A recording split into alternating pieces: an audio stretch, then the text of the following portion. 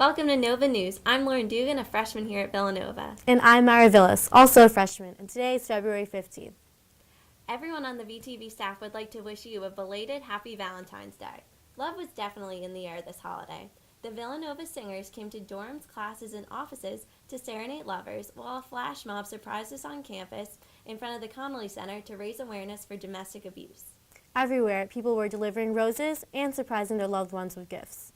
Speaking of love, our very own reporter, Jake Steinberg, was struck by Cupid's arrow when he attended Live Music Thursday in Bel Air Terrace.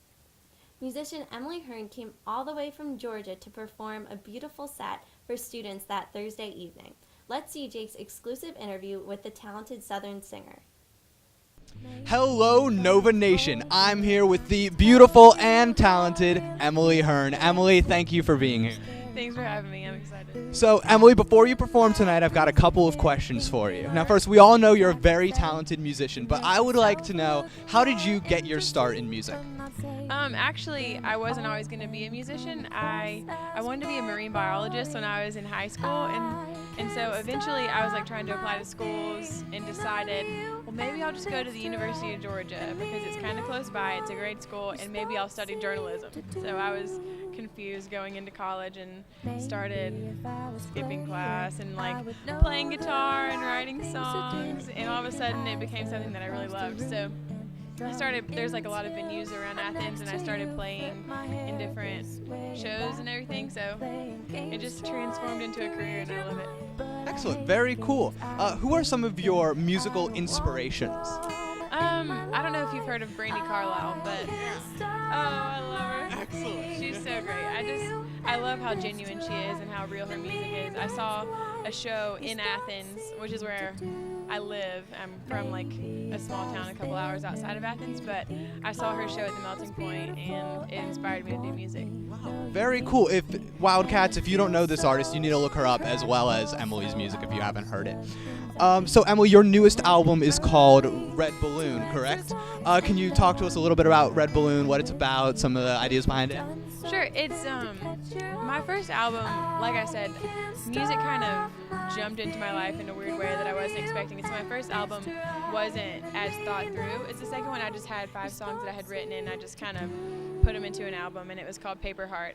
And then for this album, I was writing for it for the whole year leading up to recording, and so I wanted some theme to be in it, and really all the songs to me felt like a way to take all your emotions and feelings and put them, or kind of let them go in a way. And so there's a song called Red Balloon on the album that talks about that, and so I decided to name the whole album Red Balloon.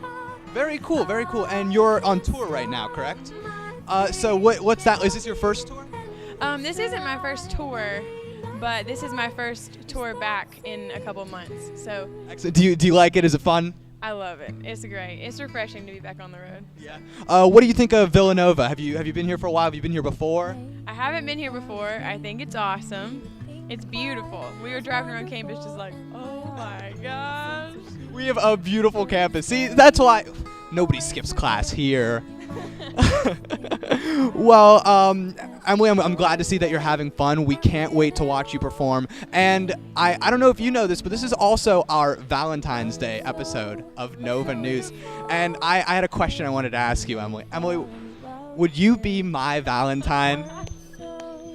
Sure. This is the greatest success story Nova News has ever and will ever have. Thank you so much for being here, Emily. Thanks for having me. Have a great night, everyone. Thanks, Jake. Now, I'm sure you all heard about the incident that took place at the Mendel Science Lab last Tuesday. In fact, you probably saw all the ambulances on campus and even the helicopter flying overhead. The event sparked concern all over campus, but also a few wise jokes on Twitter, like one student who tweeted, "Ignite change, not Mendel." Here's reporter Melanie Prevey, who got an inside look at what went down. Hi, I'm Melanie. And I'm Helen. And we're here live at Mendel Holland, Villanova University's campus at the scene of a gas leak this afternoon in a freshman chemistry class on the 3rd floor. I'm with Matt Hammerly right now, a sophomore biology major who was in Mendel at the time of the incident.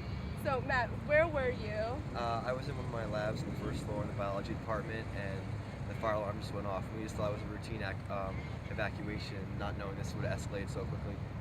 And how long have you been standing out here for now? Maybe an hour and a half to close to 2 hours since the incident occurred. What was going through your mind throughout the entire time? I thought it was just a typical fire drill, and then I just started seeing more and more police and ambulances show up and firemen until I realized this was something very serious. So when did you guys find out what happened, and what exactly did happen? Well, we got a Villanova emergency letter from text messages, and basically I started talking to people who were going online, finding papers and articles, and there was a Channel 6 News helicopter here. And basically, from what I've gathered, is that some students collapsed due to like a fume from a chemical, and they had to be hospitalized or evacuated. And from there, they kind of sealed off the whole building, made us move back even farther from where we're standing outside. Did you ever expect anything like this to happen? Not really. I mean, Mendel's been pretty safe from what I've experienced, but this is crazy. Thanks, Melanie. What a scary event on campus. Now let's look at a global perspective and check in with Nick Ader for Our World News Report. Sure thing, Myra. This Monday, in a remarkable and unexpected move, Pope Benedict XVI announced his resignation. The last pope to resign was Gregory XII in the year 1415, nearly 600 years ago during the Great Western Schism. While this resignation was done for political reasons, Pope Benedict announces he will resign due to his month and states that he plans to remove himself from the public spotlight. As there is no need for a mourning period following his resignation, the conclave to elect the next pope could begin by mid-March. In North Korea this past Tuesday, an artificial earthquake was felt throughout a large area of this rogue country. This earthquake was a result of North Korea's third successful nuclear test. This action has prompted alarm and condemnation from the United States, the United Nations, and even the North's only ally, China. In response, South Korea has unveiled its newest weapon, a precision-guided cruise missile capable of striking in the heart of North Korean territory. While North Korea is currently incapable of an attack on American soil, both South Korea and Japan are well within its striking range. The U.S. has responded to this development by proposing new economic sanctions on North Korea in hopes of cutting off its funding for such programs. As fighting continues in Syria, rebels claim they have captured Sadea, a town in the oil-rich province of Hasaka. This is a clear victory for the embittered Free Syrian Army after 3 days of heavy fighting and many casualties. The victory puts the rebel forces only 30 miles south from the capital of Hasaka and thus control of this critical economic region. Many of the fighters who participated in this conflict are part of the al-Qaeda-linked Nusra Front. This al-Qaeda association and the tensions between Arabs and Kurds that continues to divide this movement has many in the political leadership of the opposition concerned. Thanks, Nick. In honor of Valentine's Day, reporter Jake Steinberg and Myra Villas tried out some of their top pickup lines on students around campus to see if they could snag their own Valentine's Day sweethearts. Did they find true love? Let's check it out. Hello, Nova Nation. In the spirit of Valentine's Day, I've decided to try my hand at wowing some Wildcats with my wacky pickup lines. Let's see how I do. Excuse me. Hi. So, I have a test later today. Okay. So I figured that, in the spirit of Valentine's Day, maybe tonight we both had something we could cheat on. Yes? No? Yes? No? All right, that's strike one, Wildcats. Let's try again. Excuse me? Hello. So, Valentine's Day is coming up. So, you want to get together? No, thank you. All right.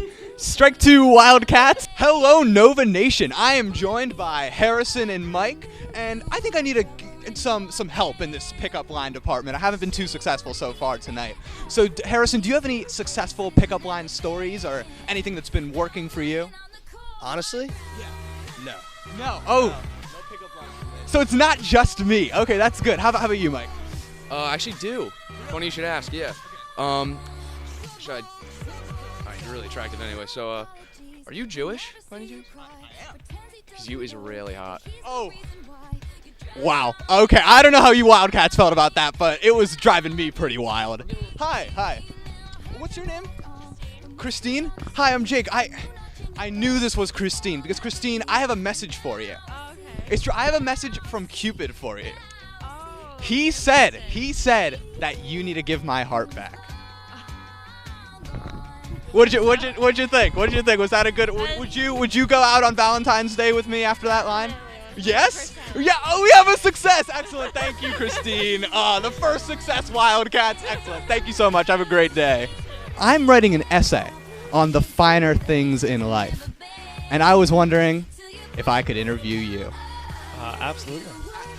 Excellent. So, Justin, after that fine pickup line, what would you say to doing something with me on Valentine's Day? I'm free. I'm available. You hear that, Nova Nation? Another success. If I had a rose for every single time I thought of you, I would be walking through a garden all day. Lee, you look like you're pretty busy. Yeah? Are you busy on Valentine's Day? No. Would you like to get busy on Valentine's Day? Not particularly. Not particularly. Okay, Wildcats, I think I spotted our next target. Let's go see what she thinks. Hello, what's your name? Hi, Taylor, I'm Jake. I think that I can die happy now because I've just seen a little piece of heaven. What do you think, Taylor? Would you go out with me on Valentine's Day after that line?